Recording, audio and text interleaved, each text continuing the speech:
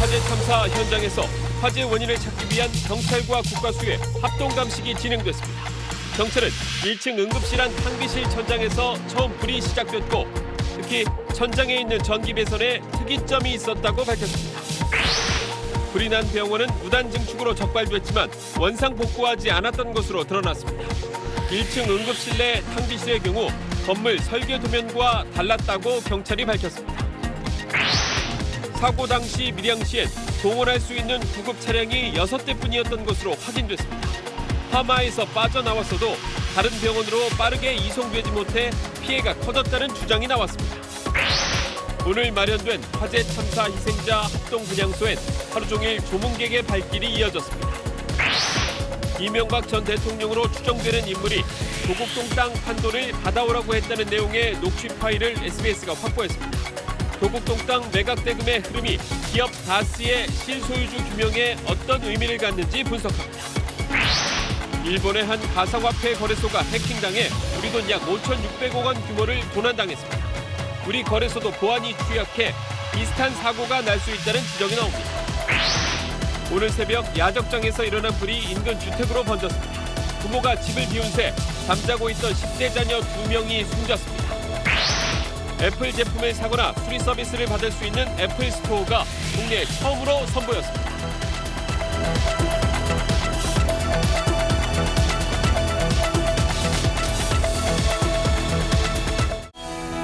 공기청정기가 도로 위로 내일을 바꾸는 현대수소 전기차. 여러분 안녕하십니까? 37명이 숨진 밀양병원 화재 현장에서 오늘 감식 작업이 진행됐습니다. 불이 시작된 곳은 응급실 안에 있는 탕비실로 지목됐습니다. 경찰은 특히 천장에서 아래쪽으로 연소가 진행된 걸 확인했다고 설명했습니다. 먼저 노동규 기자가 보도합니다. 보호복을 입은 사람들이 잿더미 속에서 다 타버린 전깃줄을 꺼내 나옵니다. 7시간에 걸쳐 감식 작업이 진행된 화재 현장입니다. 불이 난 응급실 안이 심하게 훼손돼 오늘 현장 감식에선 이렇게 내부를 정리하는 것만으로도 상당한 시간이 소요됐습니다. 경찰이 지목한 발화 추정 장소는 응급실 안에 있는 탕비실 천장입니다. 설계 당시 도면엔 나오지 않는 공간이지만 간이 칸막이를 세워 직원 탈의실로도 쓴 곳입니다. 싱크대와 냉장고, 전기 포트 등을 갖추고 간단한 취사도 가능한 이곳 천장 배선에서 불이 난 걸로 경찰은 보고 있습니다. 현장에서 하단으로 연소가 진행된 것을 확인을 하였습니다. 거기에는 전기 설비가 전등용 전기 배선과 콘센트 전원용 배선이 있습니다. 해당 천장은 석고보드 속에 스티로폼 단열재가 들어있어서 불이 났을 당시 유독가스를 많이 내뿜었을 걸로 경찰은 추정했습니다. 하지만 합선이나 불안전 접촉 등 어떤 전기적 원인으로 불이 난 건지는 더 조사해봐야 한다는 설명입니다. 불이 났을 당시 병원이 정전돼 피해를 키운 정황도 확인됐습니다. 1층에 진입했을 때 엘리베이터가 닫혀 있었고 강제로 열어보니 그 속에 6분이 사망해 있었다. 그것이 아마 정전에 의한 정지가 아닌가 이렇게 추정하고 있습니다. 경찰은 또 사망자 37명을 검안한 결과 질식사한 33명을 제외한 4명은 사인을 정확히 알 수 없어 부검이 필요하다고 밝혔습니다. 이 가운데 3명 역시 산소호흡기를 달고 있던 걸로 확인돼 비상발전기 설치 여부에 대한 수사가 필요해 보입니다. SBS 노동규입니다. 자, 그러면 밀양 현장 취재팀장 불러보겠습니다. 박진호 기자. 네, 밀양 화재 현장입니다. 네, 조금 전 경찰 2차 발표를 보면 발화 지점과 관련해서는 꽤 구체적으로 진전되지 않았습니까? 네, 이 불이 시작된 응급실 안을 이 화재와 전기 전문가들이 현장 감식한 결과이기 때문에 사실상 이 발화 지점이 확인됐다는 의미가 있습니다. 응급실 안에 간이 설치된 탕비실 천장이고요. 그 안에 전기 배선에 문제가 있었을 가능성이 높아졌습니다. 자, 그리고 병원 측이 건물을 불법 증축한 사실도 드러났죠? 네, 이게 만약 천장 전기 배선의 문제라면은 이것이 건물 개조나 이 무단 증축 과정과 관련이 있는지도 수사가 필요한 사안이 됐습니다. 특히 이 세종병원은 실제로 수차례 무단 증축을 한 게 적발돼서 벌금까지 물어왔던 것으로 확인이 됐습니다. 불이 시작된 탕비실도 설계 도면에도 없는 응급실에 설치해서는 안 되는 공간이었습니다. 송선중 기자가 보도합니다. 불이 난 세종병원 1층 내부 구조입니다. 응급실 한쪽 구석에 마련된 별도 공간이 바로 경찰이 최초 발화 지점으로 지목한 탕비실입니다. 응급실 안에는 커피포트나 전자레인지 등 전기 시설을 갖춘 탕비실을 둘 수 없습니다. 그런데도 병원 측은 설계 도면에도 없는 탕비실을 운영해 왔습니다. 설치되면 안 되죠? 글쎄요. 응급실은 응급실 운영에 필요한 것들만 설치가 되지 않습니다. 병원 측이 지난 2006년부터 2015년까지 6차례에 걸쳐 286제곱미터를 무단 증축해온 사실도 밝혀졌습니다. 2012년부터 2017년까지 6년 동안 3천만 원이 넘는 강제이행금을 부과받았지만 전혀 개선하지 않았습니다. 2014년에는 불이 났을 때 복도와 계단을 차단하기 위해 설치한 방화문을 아예 끈으로 묶어 열어뒀다 적발되기도 했습니다. 귀찮으니까 대부분 이제 항상 열어놓은 상태에서 끈을 묶어놨거든요. 열린 상태로. 그 자체가 위법 상황입니다. 그런데 이번 화재에서 보듯 화염은 중앙 계단을 타고 급속히 번졌고 2, 3, 5층에 있던 환자 36명이 숨졌습니다. 이번 화재 때도 층간 화염을 막아주는 방화문이 열려 있었을 거란 의혹이 제기되는 이유입니다. SBS 송선준입니다.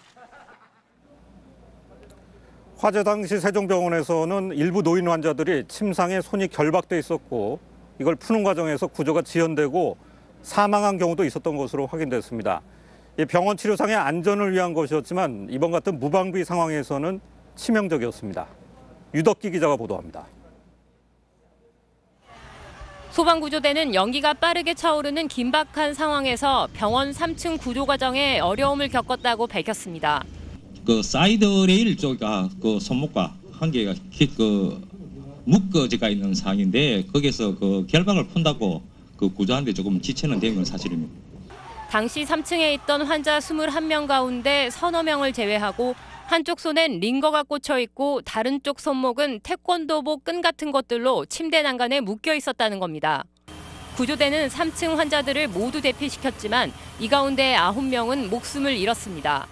장성요양병원 때도 실제로 화재가 났을 때 환자들이 이제 많이 결박이 돼 있어서 30초나 1분 사이에 지식해서 2014년 장성요양병원 화재 이후 신체보호대 사용 논란이 커지자 복지부는 현행 의료법 시행 규칙을 개정했습니다.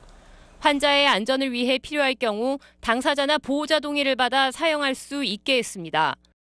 응급 상황에선 쉽게 풀 수 있거나 자를 수 있게 하라고 했지만 이번 경우 지켜지지 않은 겁니다. 한 유족은 화재가 나기 일주일 전쯤 병원이 동의 없이 환자를 결박해 항의했다고 SBS에 밝혔습니다. 선생님한테 안 물어보고 그냥 묶은 거예요? 예, 그거 왜 묶어놨냐 하니까 거짓말해서 묶어놨다 하더라고. 기분이 좀 안 좋았죠. 세종병원 측은 수술 환자가 무의식 중에 기도가 막힐 우려가 있거나 치매 환자가 낙상할 우려가 있어서 화재 당시 환자 10명 정도를 결박했었다고 경찰에 밝혔습니다. SBS 유덕기입니다. 화재 당시 세종병원에는 190명에 달하는 환자들에 대한 구조의 손길이 필요했습니다. 하지만 당시 밀양시에 있던 소방구급차는 불과 6대, 다른 지역에서 구급차가 긴급 지원됐지만은 시간이 걸릴 수밖에 없었고 안타깝게도 현장에서는 우선순위를 정해야 했습니다. 정성진 기자입니다. 불이 난 지 20여 분 뒤 환자들이 사다리를 통해 구조되기 시작합니다. 요양병원에서도 환자들이 구조되면서 다른 병원으로 급히 옮겨야 할 환자는 급속히 늘었습니다. 하지만 처음 현장에 투입된 구급차는 밀양소방서가 보유한 6대뿐이었습니다. 인근 김해와 창녕, 창원 등에서 구급차 8대가 긴급 추가됐지만 190여 명의 환자를 모두 나르기엔 턱없이 부족했습니다. 부산과 대구, 울산 등에서 출발한 구급차는 화재가 발생한 지 2시간이 다 돼서야 현장에 도착할 수 있었습니다. 결국 다른 지역 구급차가 도착하기 전까지 몇 안 되는 구급차들이 병원과 병원을 대여섯 번씩 오가며 환자를 옮겨야 하는 상황이었습니다. 병원에서 구조된 환자들은 우선 이곳 자활센터로 옮겨졌습니다. 이곳에선 환자들을 사망자와 긴급 중증 환자로 분류해 이송 우선순위를 정했습니다.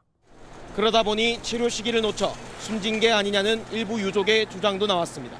왜 환자를 그러면 다른 데로 옮기지 않고 계속 방치를 해놓은 거예요? 저는 재난 상태에서는 CPR을 갖다가 하질 않습니다. 다른 환자들을 구급 장비나 인력이 부족한 지방에선 큰 불이나 대형 재난이 발생할 경우 대처가 쉽지 않은 안타까운 상황이 반복되고 있습니다. SBS 정성진입니다. 화재 당시 병원에는 인공호흡기를 달고 치료를 받는 환자도 많았습니다. 이 구조 과정에서 불가피하게 이 호흡기를 떼야 하는 경우도 있었습니다. 정구희 기자입니다. 불이 난 병원에서 소방대원들이 진입하기 어려울 정도로 검은 연기가 계속 뿜어져 나옵니다. 유독가스가 병원 전체로 퍼지면서 앞을 분간하기도 쉽지 않은 긴박한 상황. 당시 3층 중환자실에 입원해 있던 강모 씨의 어머니는 호흡기를 차고 있었지만 구조 과정에서는 호흡기를 떼야 했습니다. 호흡기를 떼는 순간부터 어머니는 숨쉬기 어려웠을 것이라 말합니다. 그걸 빼면은 질식한다는 거는 당연한 기라. 호흡기가 문제가 아니고 사람부터 들어내고 보려고 산소기를 뺐다고 얘기를 하던다고. 고인들의 사망 원인은 대부분 질식사였지만 강 씨의 어머니는 사인 불명 판정을 받고 부검을 할 예정입니다. 현장에 일찍 도착해 어머니를 구하려던 가족의 사연도 주변을 안타깝게 하고 있습니다. 엄 씨의 어머니는 감기로 일주일 전에 병원에 입원했습니다. 화재 당일 어머니를 간호하고 있던 동생에게 건물에 불이 났다, 살려달라는 문자를 받고 바로 병원으로 달려갔습니다. 3층 올라갔죠. 어머님이 있으니까. 진입하다가 연기가 너무 확 들이차가지고 치료를 못하고. 엄 씨는 소방대원들과 함께 다른 사람의 구조를 도왔지만 어머니는 안타깝게도 세상을 떠났습니다. SBS 정구희입니다. 가까스로 구조된 생존자들도 상태가 좋지 않습니다. 고령의 연기를 마신 환자들 일부는 위중한 것으로 알려져 가족들이 애를 태우고 있습니다. 눈만 감아도 악몽 같은 순간이 떠오른다며 트라우마도 호소하고 있습니다. 이용식 기자가 취재했습니다. 화재 현장에서 유독 가스를 들이마신 환자들이 응급치료를 받고 있습니다. 목에서 가래를 뽑아내고 산소 마스크를 써야만 숨을 쉴 수 있습니다. 치료를 받은 덕에 호흡 장애는 빠르게 회복되고 있지만 심리적 불안은 쉽게 가시지 않습니다. 현장이 자꾸 생각나고 눈에 얼렁거리니까 그게 좀 힘들어요. 가까스로 구조된 고령의 환자들은 정신적 충격이 더 심합니다. 밤새도록 잡아서 못 자신다 나서가지고 밥을 좀 매일 무엇입니다. 불안감을 호소하는 환자들을 위해 정신건강의학과 전문의 등 심리치료사 10명이 긴급 투입됐습니다. 홀로 살아남았다는 그런 죄책감이 들 수도 있고. 그것도 하고 자꾸 그런 생각이 들었어요. 그런 생각이 들면 눈물도 나고. 병세가 심한 환자들은 보건소로 후송하기로 했습니다. 큰 병원으로 옮겨진 중상자는 9명. 이 가운데 2명은 상태가 심각하다고 사고대책본부는 밝혔습니다. 중환자실에 입원한 환자들은 세종병원에서도 위중했던 분들로 화재 당시 긴급 대피하면서 건강이 더 나빠진 것으로 알려졌습니다. 병원 측은 화재 당시 연기를 마신 환자들은 1, 2주가량 경과를 지켜볼 필요가 있다고 말합니다. SBS 이용식입니다. 많은 생명을 앗아간 최악의 사고에 지금 이곳 밀양 사람들은 깊은 슬픔에 잠겨 있습니다. 오늘 오전에 마련된 희생자 합동분향소에는 지역은 물론 전국에서 찾아온 추모객들의 발길이 이어졌습니다. 분향소에 안상우 기자가 나가 있습니다. 안 기자 전해주세요. 네, 저는 지금 합동분향소에 나와 있습니다. 이곳 합동분향소는 오늘 오전 9시에 문을 열었는데요. 조금 전인 밤 8시까지 3,260명의 시민이 이곳을 찾아 희생자를 추모했습니다. 조문객들은 하나같이 침통한 표정이었습니다. 이곳 분향소에선 부모의 손을 꼭 잡은 어린아이들도 보였고 종교계까지 나서 유족을 위로했습니다. 유족 가운데 일부는 슬픔을 참지 못하고 그만 실신해 병원으로 옮겨지기도 했습니다. 오전엔 김부겸 행정안전부 장관이 분향소를 찾았지만 유족들로부터 거센 항의를 받기도 했습니다. 특히 유족들은 이번 화재로 숨진 37명 가운데 10여 명은 아직도 빈소를 마련하지 못하고 있다며 어려움을 호소했습니다. 실제로 갑작스런 대형 사고로 희생자들이 대거 발생하면서 밀양 시내에서 장례식장을 구하기 어려운 실정입니다. 또 대부분 사망자들은 사인이 질식사로 드러난 반면 사인이 불명확한 경우는 4건이나 있어서 아직까지 시신을 인도받지 못해 애를 태우는 유족도 있습니다. 이곳 분향소는 24시간 운영되고 있고 운영기간은 유족과 합의해 결정할 예정입니다. 지금까지 합동분향소에서 SBS 안상우입니다. 인구 11만의 작은 도시 밀양은 많은 학자를 배출해온 역사와 자존심을 간직한 도시입니다. 큰 상처를 입은 밀양시는 오늘부터 닷새 동안을 추모 기간으로 선포했습니다. 지금까지 화재 현장이었습니다.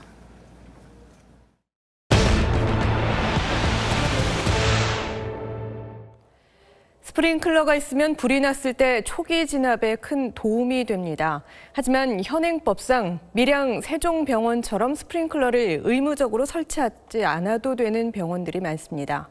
문제는 스프링클러도 없는데 이 병원 대피로 곳곳에 가연성 물질들이 너무 많다는 겁니다. 노유진 기자가 긴급 점검했습니다. 지난 2014년 7월 한밤중에 병원 1층에서 불이 나 환자 수십 명이 대피했습니다. 당시 스프링클러 설치 대상은 아니어서 조기 진화가 늦어졌다는 지적이 나왔는데 지금은 어떤지 다시 찾아가 봤습니다. 중환자실이 있는 5층과 입원병동인 6층을 둘러봐도 스프링클러는 없습니다. 정축하는 데만 지금 스프링클러가 돼 있고 스프링클러를 하려면 이게 보통 큰 공사가 아니거든. 현장에 있는 배가 다 뜯어버려야 되고. 오늘부터 법이 바뀌어서 6층 이상 의료기관은 전층에 스프링클러를 설치해야 하지만 이전에 지어진 건물은 적용 대상이 아닙니다. 스프링클러가 없어서 혹시 좀 불안하시거나 이러지 않으십니까? 그렇죠. 만약 불나면 그래서 난 약간 다른 다쳐가지고 도망도 못 가지. 스프링클러는 없는데 곳곳에 가연성 물질은 많습니다. 불이 나면 대피 통로가 될 복도 곳곳에 침대와 산소통들이 있습니다. 조리실 구석에는 소독용 에탄올통도 보입니다. 베드라든지 여러 가지 것들, 이런 것들, 또 이제 커튼이라든지 이런 것들이 실제로 불에 잘 쉽게 타기도 하고 탔을 때 또 발열량도 굉장히 크고 유독가스도 많이 발생하는 이런 재료들이 있고요. 다른 병원도 마찬가지. 복도엔 쓰지 않은 매트리스들이 쌓여 있고 화재 시 환자들이 대피할 때 꼭 필요한 왕관기는 휠체어와 링거 거치대들로 막혀 있습니다. 세종병원 같은 예기치 않은 참사를 막기 위해서라도 스프링클러 설치 기준과 소방 점검 등을 강화하는 법 개정이 필요합니다. SBS 노유진입니다. 밀양 화재 현장을 찾은 문재인 대통령은 참사가 거듭돼 참담한 심정이라며 국민께 송구하다고 말했습니다.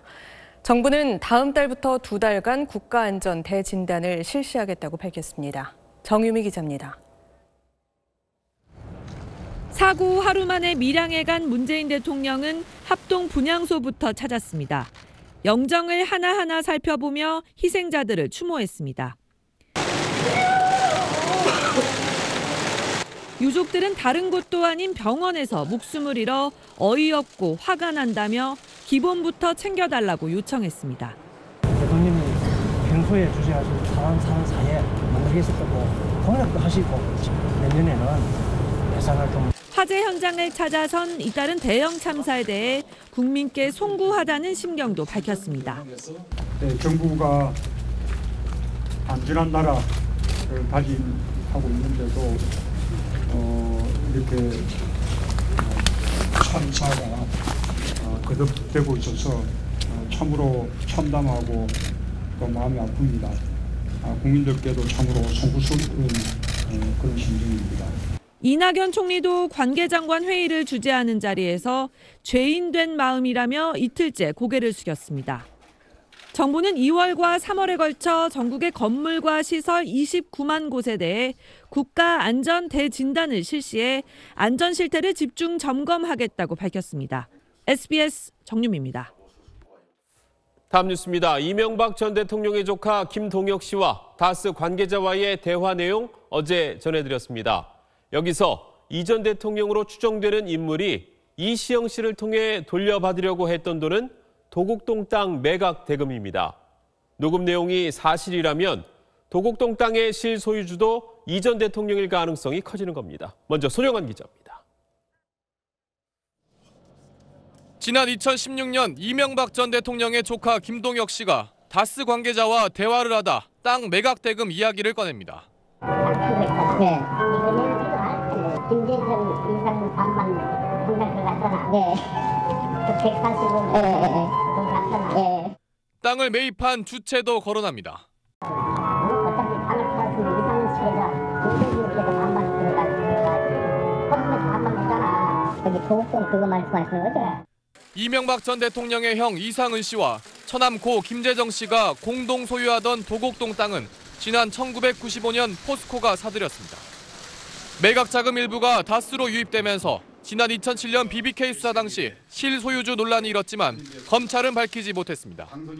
그런데 김 씨는 이시영 씨가 다스 회장인 이상은 씨에게 땅 판 돈 140억 원을 요구했다고 말합니다. 몇 년 전에 영감이 시영이 보고 달라 그러니까 이거야. 네. 시영이가 이상은 씨 보고 내놓으셨으니 난 모른다. 동의가 안 되니까 이거야. 140억은 다스 측이 BBK에 투자했다 돌려받은 돈이 아니라 도곡동 땅 매각 자금인 셈입니다. 또 이시영 씨를 시켜 돈을 받으려 한 영감은 이 전 대통령일 것으로 추정되고 땅의 실소유주도 이 전 대통령일 가능성이 큰 셈입니다. 검찰도 같은 내용의 녹음 파일을 입수해 조사 중이어서 도곡동 땅에 이어 다스의 실소유주까지 확인될지 주목됩니다. SBS 손형환입니다. 문제의 도곡동 땅은 이명박 전 대통령을 둘러싼 여러 의혹 가운데 이른바 원조격이라고 할 수 있습니다. 도곡동 땅을 판 돈이 다스로 들어갔고 이후 다스에서 BBK에 190억 원이라는 거액을 투자했기 때문입니다. 다스는 누구 겁니까? 이 질문에 답을 찾기 위해선 도곡동 땅의 진짜 주인을 밝히는 게 핵심입니다. 이어서 박현석 기자입니다. 서류상 도곡동 땅의 소유주는 이명박 전 대통령의 형 이상은 씨와 처남 고 김재정 씨입니다. 이 씨와 김 씨는 1985년 15억 6천만 원에 이 땅을 사들여 10년 뒤인 1995년 포스코에 263억 원을 받고 매각했습니다. 하지만 지난 2007년 BBK 의혹과 함께 도곡동 땅의 실소유주 논란도 일었습니다. 당시 검찰은 수사 결과 김재정 씨와 달리 이상은 씨의 지분은 제3자 소유로 의심된다고 밝혔습니다. 땅을 사들일 당시 그만한 돈이 있었는가에 대한 증빙이 이루어지지 않았고 땅을 매각한 대금도 비정상적으로 관리됐다는 것이었습니다. 이 씨가 받은 매각 자금을 금리가 낮은 투자 상품에 10년 넘게 묻어둔 점, 5년 동안 매달 평균 3천만 원씩 현금으로만 인출한 점 등을 이유로 들었습니다. 하지만 당시 검찰은 그 제3자가 누구인지 밝혀내지 못했고 이듬해 특검도 문제 없다고 결론 내렸습니다. 하지만 김동혁 씨 말대로 이 전 대통령으로 추정되는 인물이 아들을 시켜 땅 매각 대금을 돌려받으려 한 녹음 파일 내용이 사실이라면 땅 소유주 역시 이 전 대통령의 가능성이 높습니다. 또 땅을 판 돈이 이상은 씨의 다스 지분 확보에 들어간 정황을 볼 때 다스의 실소유주도 이 전 대통령일 가능성이 커지는 셈입니다.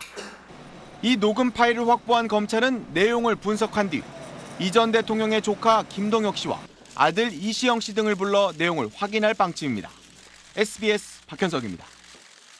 네, 법조팀의 박현석 기자 나와 있습니다. 박 기자, 이게 사실은 등장인물도 좀 많고요. 이 정확하게 사건의 선후관계를 파악하기가 대단히 어렵습니다. 그러니까 여기서 박현석 기자가 도곡동 땅이 다스의 실소유주를 밝히는데 왜 중요한 건지를 좀 쉽게 설명을 해줘야 될 것 같습니다. 네, 간단하게 설명을 좀 드리겠습니다.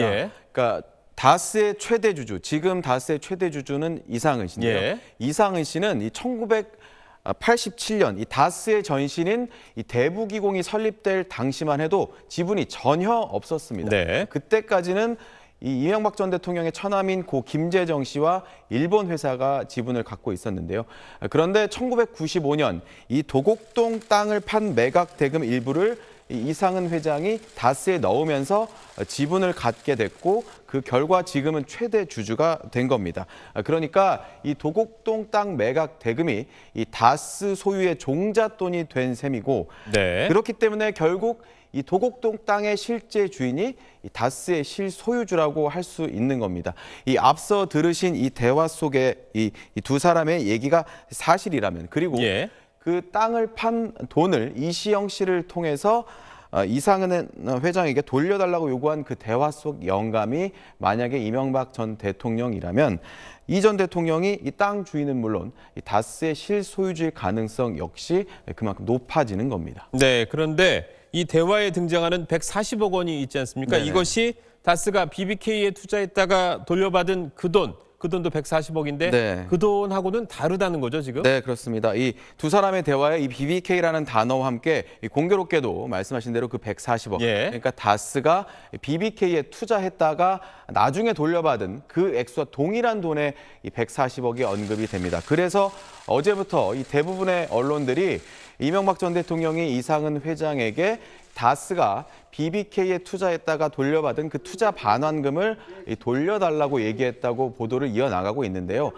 저희가 해당 대화의 전체 내용을 확보해서 들어보니 그 결과 그 돈을 얘기한 게 아니고 도곡동 땅 매각 대금을 얘기한 거였습니다. 네. 그리고 이 대화 속에서 이 다스 관계자라는 사람이 또 다른 돈 100억 원을 언급하는데요. 그 돈은 2008년 정호영 특검이 찾아낸 다스의 비자금 120억 원을 말하는 거였고요. 또 그 돈 또한 이 전 대통령의 자금 관리인으로 지목된, 그러니까 특검이 지목을 그렇게 했습니다. 네. 이영배 씨에게 자기가 직접 전달을 했다고 이 다스 관계자가 말을 하고 있지 않습니까?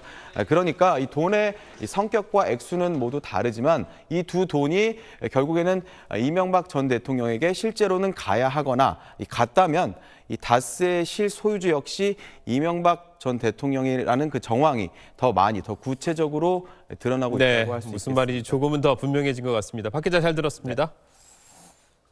다음 소식 계속해서 전하겠습니다. 일본에서 가상화폐 거래소가 해킹당했습니다. 피해 액수가 우리 돈 5,600억 원에 달할 정도여서 역대 최대 규모 해킹으로 기록될 전망입니다. 도쿄에서 최호원 특파원입니다. 일본 가상화폐 거래소인 코인 체크입니다. 어제 새벽 공인받지 않은 외부인이 접속해 고객 돈 580억엔, 우리 돈으로 5,600억 원을 가져갔습니다. 이 회사가 취급하는 가상화폐 13개 가운데 하나인 네임이 집중적으로 피해를 봤습니다. で、僕自身も10万円近くあったんで、僕の先輩は、1億8000万円 어떻게 해킹이 이루어졌는지는 아직 밝혀지지 않았습니다. 가상화폐 거래 보안을 위해선 여러 개의 보안키를 나누어 보관하고 금액 정보를 인터넷에 연결되지 않은 별도 장치에 저장해야 합니다. 하지만 코인체크는 이런 보안 기술을 적용하지 않았습니다. 基本的には技術的な難しさと人材、それを行えることのできる人材が不足していることが原因となります。 코인체크사 앞에 나와 있습니다. 일본은 지난해 9월 말부터 거래소 등록제를 실시해왔습니다. 코인체크사는 아직 심사 단계였지만 일부 거래는 가능한 상황이었습니다. 일본 당국은 등록된 가상화폐 거래소 16곳에 대해 긴급 안전점검에 나섰습니다. 앞서 일본에선 지난 2014년에도 세계 최대 가상화폐 거래소였던 마운트 콕스사가 해킹으로 480억 엔의 손해를 보고 파산했습니다. 도쿄에서 SBS 최호원입니다. 문제는 국내 가상화폐 거래소들도 안전지대가 아니라는 겁니다. 국내 가상화폐 거래소 3곳이 지난해 4차례 해킹을 당했고 거래소 유빗은 지난달 가상화폐 보유 자산의 17%, 172억 원어치를 해킹당해서 한때 파산 절차를 밟기도 했습니다. 정부가 보안 강화를 주문했는데 지금은 괜찮은 수준일까요? 한승구 기자가 보도합니다. 투자자들의 가상화폐를 맡아 매매를 중개하는 거래소는 해커들의 집중 공격 대상입니다. 많은 가상화폐를 보유하고 있으면서도 보안에는 취약하기 때문입니다. 지난해 국내 거래소 3곳이 4차례 해킹으로 입은 피해는 모두 248억 원, 유출된 개인정보도 3만 개에 이릅니다. 정부가 지난해 10월부터 12월까지 가상화폐 거래소 10곳의 보안 실태를 점검했더니 모두 기준을 통과하지 못했습니다. 시스템이 일반 인터넷망과 분리돼 있지 않은 곳이 많았고 방화벽도 제대로 설치돼 있지 않았습니다. 이에 따라 정부는 연매출 100억 원을 넘거나 하루 평균 방문자 수가 100만 명을 넘으면 정보보안 인증을 받도록 의무화했습니다. 이 조건에 해당하는 대형 거래소는 4곳인데 이 인증 내용 역시 일반 인터넷 사이트 기준이어서 금융기관 수준에는 한참 미치지 못합니다. 정부가 내놓은 최소 규제안, 자율 규제안 이런 것들을 충족시킨다 하더라도 현재 인터넷 뱅킹 시스템보다는 보안이 현저하게 낮은 수준이다. 인증 대상이 아닌 중소거래소도 수십 개가 난립해 있는 상황에서 해킹 사고는 언제든 재발할 위험을 안고 있습니다. SBS 한승구입니다. 밀양 화재 사고 외에도 한파에 전국 곳곳에서 화재가 잇따랐습니다. 경기도 이천에선 야적장에서 난 불이 주택으로 번져서 잠을 자던 10대 남매가 목숨을 잃었습니다. 이성훈 기자가 보도합니다. 집안에 시커먼 잔해들이 흩어져 있고 외풍을 막아주던 창문 비닐도 모두 녹아내렸습니다. 자정 무렵 경기도 이천의 한 야적장에서 난 불이 인근 주택에 옮겨 붙었습니다. 부모가 외출한 사이 방에서 잠자던 18살 오빠와 14살 여동생이 미처 피하지도 못하고 목숨을 잃었습니다. 5월달이고 지은 애도 이제 가려고 그랬던 참데 이렇게 된 겁니다. 여기는 꼬마들도 있고 노는 애들도 없어요. 그 애 둘이고요. 불길과 연기가 하늘로 솟구치고 소방대원이 불길을 잡기 위해 안간힘을 씁니다. 점심 무렵 서울 영등포 물레동의 청과시장에서 불이 나 점포 13개를 태웠습니다. 다행히 다친 사람은 없었는데 화재 원인은 아직 확인되지 않았습니다. 2층 건물이 시커멓게 타버렸습니다. 경기도 광주시의 가구전시장에서 불이 나 2시간 만에 꺼졌습니다. 영업 중이 아니어서 인명피해는 없었고 전시 가구가 많이 타 소방서 추산 1억 원의 재산 피해가 났습니다. 경찰은 지붕에서 불이 시작됐다는 목격자 진술을 확보했습니다. SBS 이성훈입니다. 애플 스토어가 우리나라에서 처음으로 문을 열었습니다. 강추위에도 수백 명이 줄을 설 만큼 큰 관심을 받았는데 정작 개통 업무는 하지 못해서 반쪽 개장이라는 평가가 나왔습니다. 김호선 기자가 취재했습니다. 영하 15도까지 떨어진 한파 속에 국내 첫 애플 스토어 개장과 동시에 입장하려는 수백 명의 시민들이 새벽부터 긴 줄을 이뤘습니다. 부산에서 동경에서 한번 봤거든요. 네, 되게 인상 깊어가지고 우리나라는 어떻게 이제 됐는지 궁금해가지고 왔습니다. 애플 스토어에서는 제품의 구입이나 수리 외에도 각종 체험이나 사용법 교육 등이 이루어집니다. 고위 성능 저하 논란 속에 진행 중인 배터리 교체도 가능합니다. 그러나 휴대전화 개통은 아직 불가능합니다. 애플 스토어에서 휴대전화를 구입한 소비자는 따로 이동통신사를 방문해 휴대전화 개통을 해야 합니다. 애플과 통신사 간 전산 개발이 안 된 데다 애플이 국내법 위반 소지가 있는 신분증 스캔 방식을 도입하려다 개통 업무가 지연된 것으로 알려졌습니다. 또 제품 판매만 할 뿐 요금 납부와 같은 고객 관리 업무는 국내 유통점에 떠넘긴다는 비판도 나옵니다. 계약사항에 아예 명시해서 자기네들이 그런 걸 안 하겠다고 해버린 거니까 기존보다도 더 불공정한 행위가 될 수 있고 추가로 애플 스토어가 들어설 가능성도 있어 논란은 계속될 전망입니다. SBS 김호선입니다. 트럼프 미국 대통령이 스위스 다보스에서 열린 세계 경제 포럼에 참석했습니다. 폐막 연설에서 미국 우선주의를 강조했는데 청중들 사이에선 무거운 침묵이 흘렀고 심지어 야유까지 나왔습니다. 배재학 특파원이 보도합니다. 수백 명의 외교관과 기업인들이 모인 다보스 포럼 연차 총회 폐막 연설 자리입니다. 슈밥 회장이 트럼프 대통령을 소개할 때부터 분위기는 썰렁했습니다. 연설에 나선 트럼프 대통령은 미국이 성장할 때 세계도 성장한다며 미국 우선주의를 강조했습니다.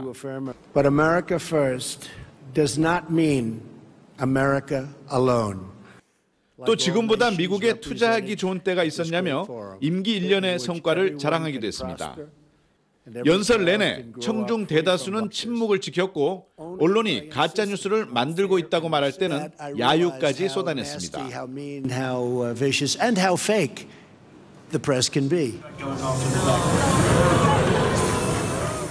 연설이 끝난 뒤 트럼프 대통령은 트위터에 다보스 연설이 호평을 받았다고 자화자찬했습니다. 미국 대통령으로서는 18년 만에 다보스에 참석했지만 트럼프는 빈부격차나 기후변화, 난민 같은 세계적인 이슈에 대해서는 단 한마디도 언급하지 않았습니다. 파리에서 SBS 배재학입니다.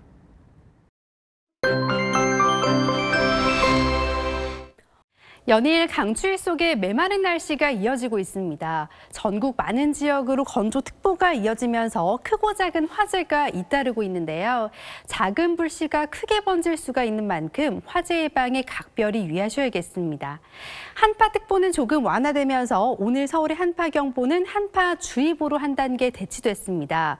내일은 극심했던 요 며칠에 비해선 추위가 조금은 나아지겠는데요. 하지만 여전히 평년 기온을 밑돌면서 춥겠고요. 다음 주 월요일에는 또 한 차례 서울의 아침 기온 영하 12도 안팎까지 뚝 떨어지겠습니다. 내일도 곳곳으로는 찬바람이 강하게 불겠습니다. 서울의 아침 기온은 영하 9도, 한낮 기온 영하 2도로 오늘보다 조금 높겠습니다. 충청 이남 서해안 지방은 내일 밤 산발적으로 눈이 조금 날리겠고 제주 지역은 눈 예보가 있습니다. 다음 주 수요일부터는 차차 평년 기온을 되찾겠습니다. 날씨였습니다. 깊게 패인 발바닥에 새살이 돋을 때쯤 정현 선수도 그리고 우리 사회도 더 이상 아프지 않았으면 좋겠습니다. 뉴스 마치겠습니다. 고맙습니다.